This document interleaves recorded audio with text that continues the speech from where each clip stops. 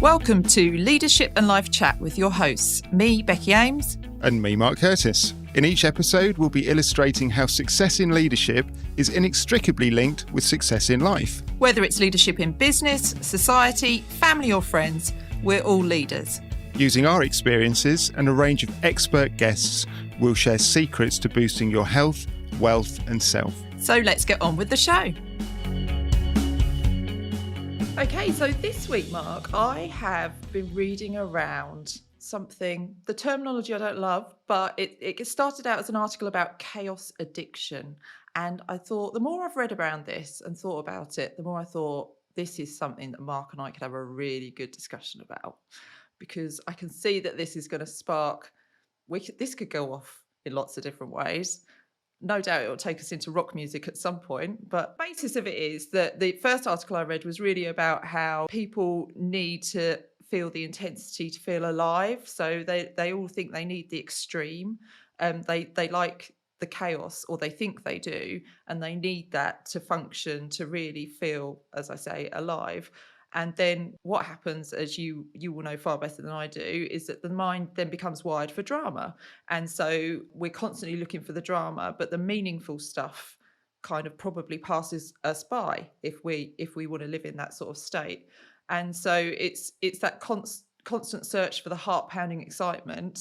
And if we haven't got that, then we feel really out of sorts, really fearful and restless. And it's that sort of those two extremes that apparently people are struggling with. So I was thinking around this, relating it back to business, and you think about how entrepreneurs operate sometimes. Huge generalization here, but we've seen this, haven't we, with people we've worked with, about how they really do sort of, their passion and their drive really can appear chaotic to other people. So I just thought it'd be worth exploring whether it's something we've seen and how you could manage it and how it's going to affect others around you. So what do you think? Yeah, I love the word chaos. I think it's just such a great word, isn't it? And yeah, we haven't had a musical link on the show for probably 6 series now. It's kind of gone out of vogue, hasn't it? But as soon as you were saying that, and you did point this one out to me. We've got to get it in there, haven't we? Addicted to Chaos by Megadeth. I think it's from the Euthanasia album from memory. The actual tour when I got backstage passes and met them and shook their hands. But that's another story, which I've probably told already on this podcast at some point. So yeah, chaos. And probably most of us have heard of chaos theory, the fact that it's a chaotic universe, and this is very much a sort of a mathematical type position, isn't it, which is everything was thought to just be chaos in the universe, that nothing had any order to it. So actually the relevant point here is I did have a look when you gave me the heads up, Becky, that we were going to be talking about chaos, and I thought, I don't actually know what chaos means. I think I know what it means. So I did a quick search on it to find out what the dictionary definition is. And the definition was complete disorder and confusion. So to put it in the context of what we could be talking about when we use that word, that's what it means as a dictionary definition. And for a long while, it was very much thought the universe and, planet Earth, it was chaos theory. But what they've actually found is that everything has patterns, everything kind of is mathematically explainable. So if you take certain things like the sort of like a shell of a snail which spirals round, if you take the Fibonacci sequence and you plot the numbers out, that is exactly what you get, a spiral. So chaos has been pretty much ruled out, I believe, in nature, that nothing is chaotic, despite what we previously thought. So if that's the way the natural world works, why should the business world be any different? ?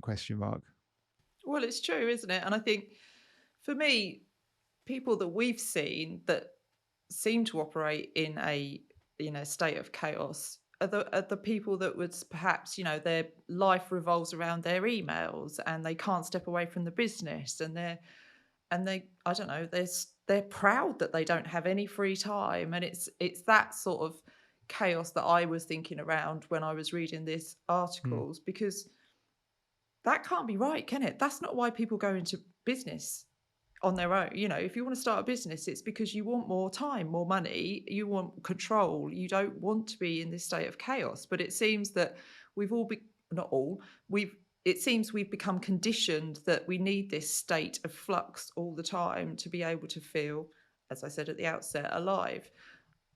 For me, I think it's a sense of purpose is what we need, and chaos is probably not the right term, but that's probably something that we can chat around.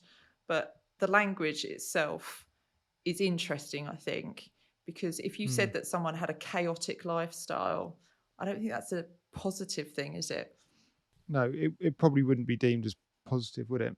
I think and you raise a really interesting point there. We've all known people over the years, and we were talking before we hit the record button today, and two of these entrepreneurs who I've had the privilege to work alongside, they acted out of in almost a chaotic way. But I think on reflection, they didn't. They were very, so you used the word purpose. I think they had very clear focus on what it is they were looking to achieve, but they moved at a million miles an hour. And the Mm. result of that was that they created chaos for other people around them. We were talking where we like, I can think of examples where the phone would go, I'd pick up the phone and they say, right, Mark, we're going to be moving on to this. We want to be looking at this project, bang, bang, bang. I need the answer. I just need the answer. It's really, really important. You take a couple of days doing the research, you go back to them, and then they'd be, what are you phoning me up with this for? I've moved on from that now. That's not happening anymore. Come on, keep up with the game. And Yeah. so they were very, very single minded and clear. They just moved very, very quickly. And that created like this chaos around them. And the byproduct of that was the people closest to them, probably not just in a business sense, this affected their personal lives as well, because it's just the way they operated.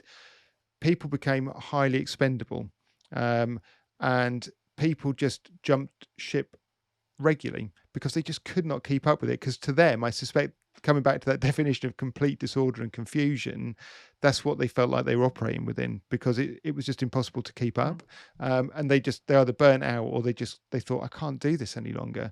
And there was quite a high churn of people around them on their sort of almost inner circle. It changed quite regularly. So I think, so on one hand, if you'd have said to them, are you operating in chaos? They'd have gone, absolutely not. Did they create chaos around them? I'd say there's a fair argument to say they did. So I think, yeah, as a first point, as leaders, you know, we have to perhaps, one of the things we have to reflect on is, are we inadvertently creating chaos around us without realizing? Because we're Mm. not creating chaos for ourselves, because we are very, very laser focused. And I think, Becky, in a way, you've probably labeled this at me at some points in the past, which is, your team can't keep up with you, Mark. You just need to you need to just like take a chill pill at times, because I'm so clear on what it is I want to drive towards for the team, for things we want to do differently. But actually, you've got to bring the team with you as well if you want to maintain that team. I mean, if you're not worried about the team, if you think my team's expendable and if they can't keep up, well, tough, then that's one thing. But we've talked on this podcast before about the difficulty of finding the right people for our businesses as leaders in the Mm. modern world. So I think we have to be much more aware, and we have to be more measured in how we bring this to our teams. So we have to almost temper our own enthusiasm at times to make sure that we don't create this chaos. But for someone who does think the way that you do, and that you're very clear on where you're going, and that can appear chaotic to others, that must be frustrating for you if others aren't keeping up. So, we don't want to stifle the forward thinking, the ambition, the wanting to do things differently that perhaps someone like you would bring to the table. So that's a whole other challenge, isn't it? How do we not stifle that person who wants to be more chaotic than the others? Yeah. And that is a real challenge, isn't it? I can probably talk about it from my point of view as a leader, and you can probably comment on it from your observations The other from at side. times being within that inner circle when we work together closely as a direct team, and then your observation outside of that team. I I think it comes back to well, what is a leader? Well, to be a leader, you have to have someone following you. And if you're blowing like a whirlwind and there's no one following in you, then Mm. it may be, you may have the best ideas in the world, which are going to make a massive difference. But if you've got no team with you to develop and deliver it, then you're wasting your time. So it's almost Yeah. like, yeah, at certain times you can get really you can get really high on like your endorphins from when you're like buzzing on this stuff. But you have to, again, maybe it then comes down to having the team around you, your close inner circle, who can just say to you, right, Mark, just go and sit in a room. Here's the towel. Just sit down for 10 minutes, breathe, you'll be fine.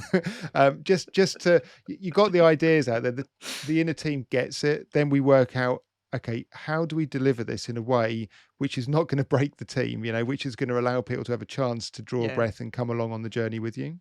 Maybe that's the bit I've had to learn over the years. Yeah, and I've seen that in you, in that you can kind of pull it back a little bit, but I also think it inspires others to try and catch up with you. So your, you know, speed of driving things forward might not be everyone else's, but it does mean that we go faster than we might otherwise have done because people are like enthused and they get on board with the ideas. So I don't think it's, for me, I come back to, it's not chaos. It is focus. I think that's a really good term you used there. It is focus, isn't it? And we see it with entrepreneurs. And I think the challenging bit is if it's your business and you're working on your own, then you can work how you like. That's entirely, that's up to you. You're in control. Great. As soon as other people are involved, that's when you've got to be probably more conscious, haven't you, in terms of how that's going to affect Mm, them. And if you're going to get the best out of them and they're going to get the best out of you, you've got to find a way to I don't know, just make it, refine it slightly so that it works together and you don't leave them in the wash, like you say, just leave them behind you somewhere. Um, and also, I think you've got to recognize that if you really do get a buzz, and as you said, the endorphins from driving things at 100 miles an hour, that sometimes that's you're not going to be operating at that level, and you do need that flux, don't you? But some people do need that, and if you're going to get it from work and from driving things forward, it's not necessarily a bad thing, but as ever, it's about being conscious about it, isn't it? So mm. yeah, I think the language for me, when I was reading around this, I don't think it's chaos. I don't think it's addicted to chaos. I think it's focus, purpose, challenge, and how different people manage that and portray it. Yeah, I think that's fair. I think for most people, as I say, it's two sides of the same coin. It's just very different things, isn't it? For the person who's really focused, trying to drive the change, wanting to do things differently, it's definitely not chaos. It's No. exciting. It's like, Yeah. wow, look at all this different stuff we can do. To someone who is maybe a different personality type, then it does look like confusion and disorder, because it's like, oh, we've worked out how we're doing this stuff. Why are we changing it again? It's like, so I think almost the second point probably is one of the things that we did around this is we started to really assess the people in the team, Mm. because it's a bit like, I suppose it's a bit like if an asteroid is going to hit the earth, you don't tell everyone, because most people are going to go into blind panic about it, and you would have chaos at that Yeah. point. So you select the people who you're going to tell about it. And on a far less serious impact side of things, it was a bit like that within business, isn't it? If there's people in your team who thrive on change, they Mm. thrive on doing it differently, they want to be part of driving it through, they want to come up with a plan of how we're going to deliver this idea through, on the basis that everyone in the team is different, assuming we've got all of the right people on the bus in our team, they're all there for a reason, they're all great people who are delivering different things to make the boat go faster. So therefore, we don't need to tell everyone all the stuff all of the time, and we don't need to get everyone involved in all of the stuff all of the time. So one of the things we certainly looked at doing, and you were part of this as well, Becky, is we started to develop project teams. Mm. So we would look at, okay, we would handpick who are the people who are going to be right for this project that we want to start to try and work out how we embed into the team to do things differently. Because if we tell everyone, it's just going to cause panic. We're going to be saying to people, oh my word, there's an asteroid coming our way. For some people, that's how they would feel about it. So by hand selecting maybe 4 or 5 people, we would brief them, we would talk about it, we would scope out a trial, and we just gradually start to do this stuff. So by the time it had really landed, it wasn't really a shock to anyone, and it No. wasn't this big hit and change. So maybe we can bring that level of disorder if you like, because some people would view it as disorder. We can bring the disorder in a organized way, if that's not a contradiction of terms. Yeah. There's degrees, isn't there? So there were, in your example, there would perhaps be you with the idea running at 100 miles an hour. Then you've got, it's a bit like the innovation curve, isn't it? Then you've got the people slightly Mm, behind you in terms of, they're keen to run with the ideas, but perhaps not at the same speed. And then gradually bring the others along with them, the ones who are perhaps think that they are seeking more stability and don't like uncertainty and change. But once they've seen it sort of happening, it's not as scary, is it? If they haven't been asked to actually do it straight away themselves, it's okay because it's worked over there, which is why we've termed a lot of things trials, haven't we? So it's almost mm. not making it permanent. We're seeing what works, what doesn't work, not imposing massive change on everybody at the same time, which would cause chaos. And there's different ways you can look at this, isn't there? Because I think at this point we're very much talking around leaders who are driven, who've got ideas, they want to make change, they want to do things, they're moving from one idea to the next quite quickly because there's a whole series of things that they want to do differently in their businesses. Mm. Um, that's one side to this, isn't it? The other side is, and we're going to have to. We're old. Let's be honest, Becky. We're old. If we went back to the 1980s and 90s, we can think of people whose desk was covered in paper, no particular order to that paper. It's just strewn everywhere. And you say to them, have you got this document? Oh, it's on here somewhere. I know I've definitely seen it. It's on here somewhere. And they spend half an hour trying to find the piece of paper that you really needed from them. That is a different type of chaos. And that is proper chaos, isn't it? Because they were disorderly. There was mass confusion because no one knew where anything was. So clearly we don't have that nowadays because we're virtually paperless in the world, but you can still have that metaphoric level of confusion because people are disorganized and Mm. they lead to confusion in others. So I think the other side of this is you can have leaders who are creating chaos because of their own lack of organization, Yeah. and that leads to disorder and confusion for the team, and that's nothing to do with driving ideas. It's just because they're disorganized. Yeah, yeah. They just operate in such a way that it makes others feel uncertain that things are under Mm. control. And people need to feel that, don't they? They need to feel that the leader has got things under control and they know what's going on. And if they don't know, then how on earth can everyone else know? And yeah, I think it just breeds insecurity in people. And as soon as people feel um, that they're not secure, they will start looking around and perhaps reconsider their options. And we certainly don't want that. So it is definitely a case of taking a hard look at ourselves and thinking how are our behaviours yet again impacting on others. And we might be comfortable with the way we're doing things, but is it really, to the benefit of others that we're carrying on that way? It's a real challenge to understand ourselves, how we work, and how that might impact on others. Yeah, so there's almost like, if you like, good chaos in Yeah. inverted commas, which is not really chaos, but it can create chaos if it's not rolled out the right way to our teams around us.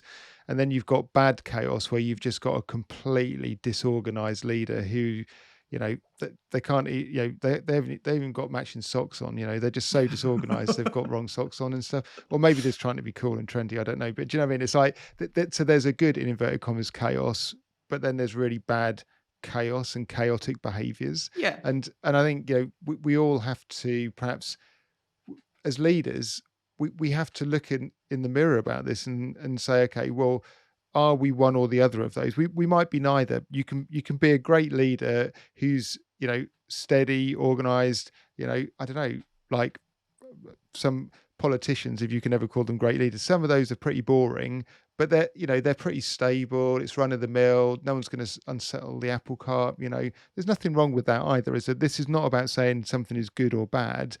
But if you look in the mirror and you are a massively disorganized individual and you're a leader, then I would say that is creating real chaos for your team around you. And you're never going to get great performance from either yourself or your team. So there's No. really something to do about that. If you're creating chaos because you are 100 miles an hour, ideas, wanting change, there's also and is this impacting negatively on the team? do I need to find a different delivery mechanism Mm, to make it more effective for me and the team so we get best performance out of this? Because yeah. the ideas are going to be probably good, but are we getting the real traction and are we getting the value out of those ideas? And that comes back to building the team, as you were saying, doesn't it? And you need the people that are going to run with the ideas, and then you need the people that are going to finish it as well. And that's, that makeup of the team that we often talk about, that you've got the ideas people, but they're perhaps not the ones who are going to see it through because they've moved on to something else already. And we need to Yeah. capture that stuff and allow them the space to do that as well. So I'm with you. There's positive chaos, which for me is focus, purpose, relishing challenge, wanting to move things forward. And then there's negative chaos, which makes other people feel insecure, uncertain, lack clarity of goals, of purpose. And anything that does that is not going to be sustainable in the longer term, is it? It's just going to be disruptive. For me as well, a point that I really wanted to then explore from there is how do we make sure, or how do we encourage our people to be operating at the right level of, we could call it chaos, but I would rather call it challenge. The complete opposite of what we've been talking about is perhaps stability is another word, for just liking things as they are, the status quo. But we all know that out of uncertainty comes great ideas. Facing challenges means that we grow in resilience and we really move things forward. For me, I'm very much about the right level of stress, make sure that ensures that we are productive, we are operating at the right level. But I've kind of observed that it's can be quite black and white about it, and they really want, oh, I don't need any stress. And it's very difficult to then go, well, I do think you need some. That's a difficult message, isn't it? How you deliver that and how you get people working at the right level. Absolutely. And I think, the point you raised there about creativity, we recently did a podcast on creativity, and very much around the Rick Rubin book, the Creative Act, I think the book is called. I think I was calling it The Creative Way on the episode. Um, and he was saying, yeah, creativity can come out of chaos, but creativity can come out of structure as well. Mm, So you don't have to have disorder to get creativity. You just need a different process of thinking. That's all it is. So again, that we're not saying this is a one size fit all. And but again, before we hit the record, keeping it on the sort of the music theme, we were saying actually, if you think back to the sort of 1980s and bands like, I don't know, Guns N' Roses, for example, which probably half our listeners have never heard of, maybe, um, that must have been absolute chaos, wasn't it? For literally chaos. yeah. There was a lot of substance abuse going on. They were all over the place, yet they produced arguably some of the best rock music coming out of their era. So that this isn't saying that's the only way to do it. So it's all about managing it, isn't it? But But imagine being their manager. well, I did read a thing where they weren't actually sure that the first album was ever going to get recorded because they thought one of the band might pass away before they got to the end of it. They weren't actually sure it was going to get completed. Um, so I think we're trying to recognise, aren't we, that actually there must have been a lot of stress there. For a Mm, lot of people, there was a lot of stress mm, involved in that situation, and probably not good stress actually. But when it comes to our team, again, it's very individual, isn't it?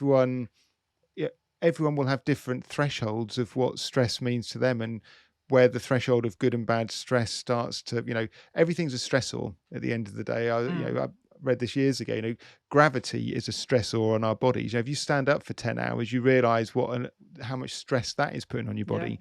But if we didn't have gravity, it would be pretty tricky, wouldn't it? We'd all be floating off all over the place, wouldn't we? So everything in life requires a A proportionate level degree. of Yeah. stress to get the right result. And Mm, I suspect for every individual in our team, that's going to be different, and it will be different at different episodes of their life, depending what's yeah. going on as well.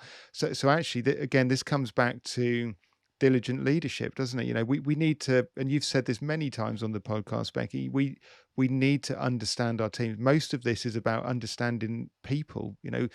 Understanding where our teams are that week, that month, that year. What levels of stress and challenge is going to be optimal for them. They need to play a part in this. It's good communication, it's Yeah. understanding this, and it's just making sure that we don't go back to where we were at the start of this podcast almost, which is if we are creating a whirlwind and overloading people at the wrong time, then we're going to get, not only are we going to get disproportionately disappointing results, but probably more importantly, we could be damaging other human beings because of it as well, Yeah. so a lot of this is about communication and understanding our teams, isn't it? And it's creating the right environment at the right times for the people to get the best for them and for the overall team result. Yeah, because otherwise it's irresponsible, isn't it? We're sort of dragging them Mm, along with us, regardless of their personal needs, wants, interests, motivations. And yeah, we say it many times, don't we? But getting to really know your people as much as they're willing to show you, obviously, but understanding what makes them tick and what other outside influences they're feeling as well, pressures, pulls, what's really getting to them that may well be affecting how they are able to perform, and varying that level of stress. And for me, that's when you often see a team working at its absolute best, isn't it? When that awareness spreads across the team, and they'll pick up for each other where they need to and really pull together. And I think in our business, what I'm seeing is that the more time the team spends together, the better that works, because the risk is that people who are working alone, remote from the team, don't have that support mechanism around them, which of times of high stress, and we all have that different times of the year, depending on what sector you're in, what your role is, etc. But those times when really, if we go too much into ourselves, then we can fall into that realm of chaos very easily, perhaps not know how to get out of it. And I think, again, as leaders, we've got responsibility to make sure that our people are recognizing that in themselves. Hopefully, generally, people are aware of what the right level of stress is for themselves to operate well, effectively, get the most out of their work, and to feel fulfilled. But it's a really difficult balance to achieve. mm. And it's a moving feast. I mean, the other two words which I'd probably bring in at this point as well are energy and enthusiasm. Mm, So it's almost like if you as the leader, if you're injecting a good dose of energy and enthusiasm through the team as well, these levels of these thresholds around what is stressful and what isn't stressful are moving all of the while as yeah, well. So it's a bit like, I don't know. So the best example I can think of off the top of my head here is the legendary motivational speaker Tony Robbins. So Tony Robbins used to, I don't know if he still does, had a trumpet on the stage, and he would come out onto the stage in front of literally a football field of people in America, thousands of people, and he would start bouncing up and down on this trumpet, and he's a massive guy anyway, like, hands like shovels, I think the phrase, a huge physical presence. But he's bouncing up and down on this trumpet, because he's energizing himself as much as mm, anything. He's getting himself right for the delivery of like these motivational talks and sessions with these thousands of people. And he is injecting massive amounts of energy into that stadium by doing that. The music's pumping, he's pumping. It's like the energy is just absolutely flowing. And because of that, everyone's mindset, attitude, whatever word you want to choose in the stadium is moving up a level with him. yeah. Most people are, if there was an English person in the audience, they'd be going, "Oh, this is terribly American." Oh, can't possibly start clapping my hands. It's only 5 o'clock in the afternoon. I can't clap my hands. It's like, but it just drives this massive enthusiasm, and that's been really inspirational for me. And I've seen it with the team as well. You might be notching up the pressure because actually you want to achieve. But if the energy is just flowing out of you and you're an energy giver, then the whole team comes alive with that energy as well, and they then start to operate at a different level because Yeah, their stress level changes because their chemical composition and their mindset has changed as well. So none of this stuff is static in my map of the world. And if we're going to be really great leaders and we want to create a little bit of disorder and a bit of confusion, a little bit, because we think that's going to drive better change and results within the team, then not only do we have a responsibility to look after our team, but we also have a responsibility to enthuse the team as well. yeah, And I've definitely seen that. When I've managed to kind of be in the right zone and get that energy flowing from me, it gets absorbed by the rest of the team, and then yeah, it just so suddenly what would have been chaotic in a flat room is no longer chaotic. It's no, exciting. It can yeah. really change the mindset of people. And I find selfishly as well that I need others to give me back that energy as well. So if you work in the same building as I do, you probably get sometimes annoyed at the fact that when I walk in the room, I'm like, hello. And, sort of they're like, oh, Becky's arrived. But I'm giving off that energy because I actually need to get some back as well. And, by doing that, I'm optimistic that you're going to kind of like create a bit of buzz, a bit of, like you say, energy in the room. And from that comes, you find out things about people and that side of things. So I think, it's not selfless at all, but it can have really positive effects on the team. But I need that. Half the time I'm probably doing it for me as much as anything, but I don't really know any other way. That's just the way I operate. But I agree with you. I think you don't want them too comfortable because that's not when they're going to perform at their best. And you need to encourage them to be able to step out of their comfort zone and really think about what else it could be. What else could we be doing? And to get that energy and thought flowing, don't you? And it always amazes me, really. You think the way that we get fired up as human beings is by getting some adrenaline going, by getting the heart rate up a little bit. These are all really positive, or can be. Sorry, let me rephrase that. They can be really positive physiological effects of like getting up for the fight in inverted commas or the Yeah. flight, whatever it might be. This is hardwired into us.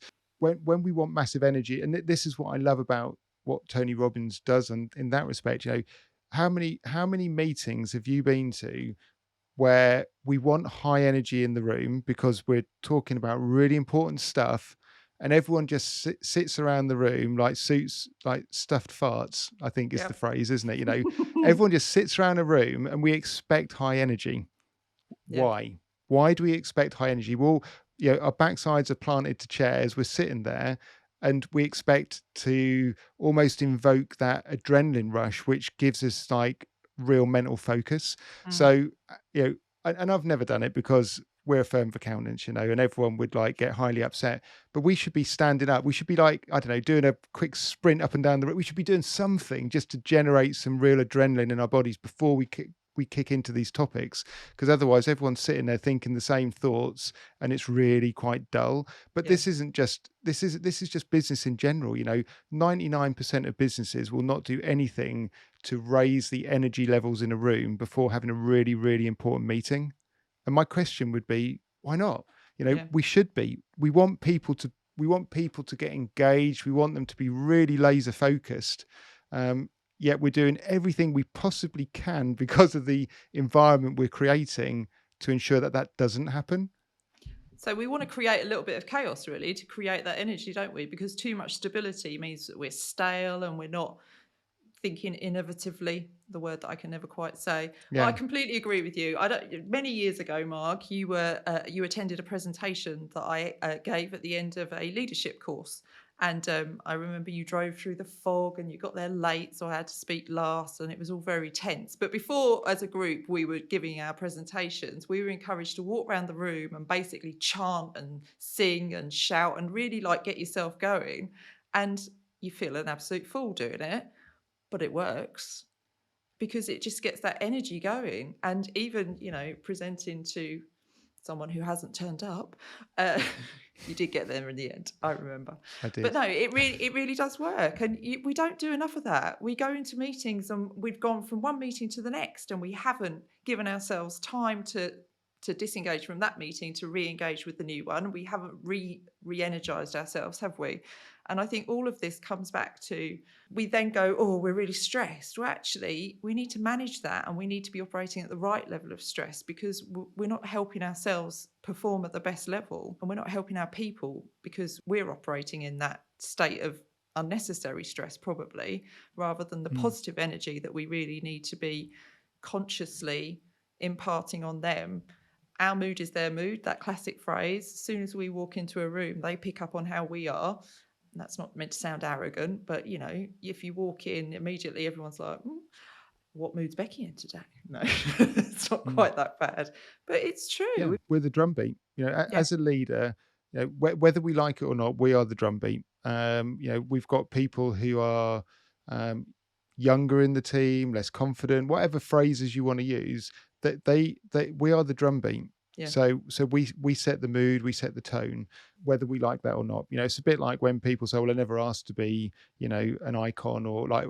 So what's the phrase? Like for footballers, they are role models. That's the word. Yeah.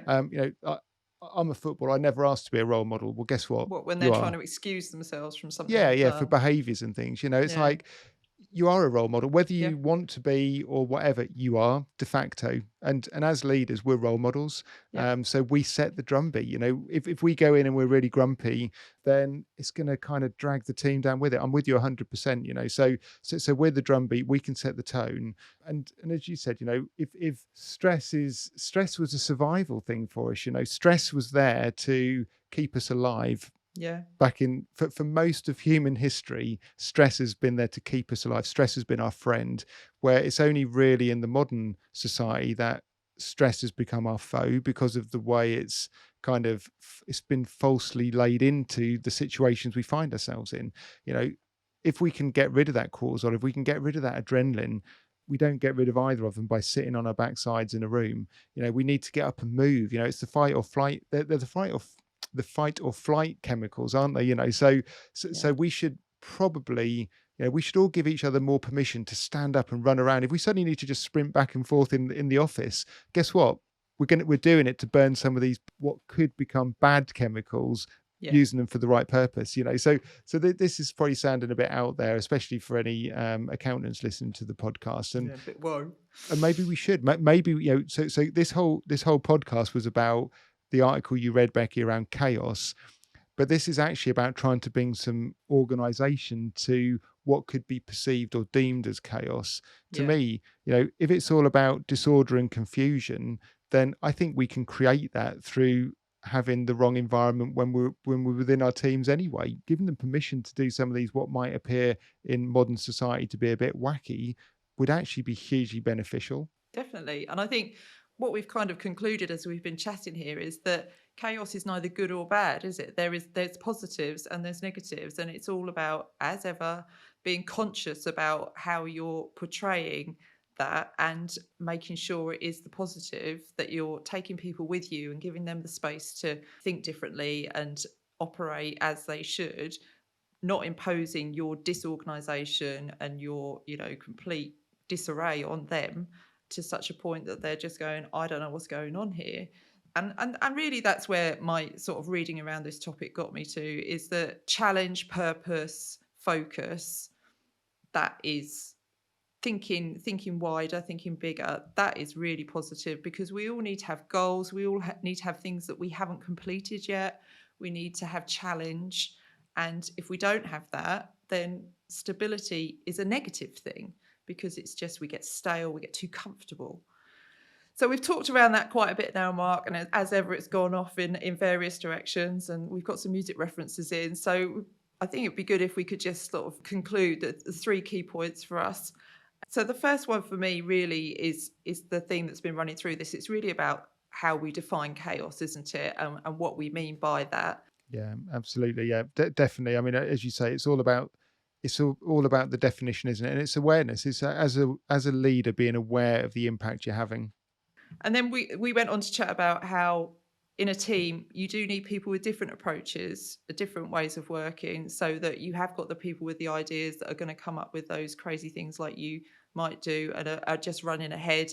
You then need the people who are going to be on board with changing things and moving things forward, but you don't want to scare everyone by changing too much at once. So it's really about having those project teams that drive things through, allowing people space to be able to put things into place, and identifying who's possibly more up for this sort of thing and therefore is going to be with you, because you've run ahead by now, haven't you? And you've got bored and moved on to the next thing.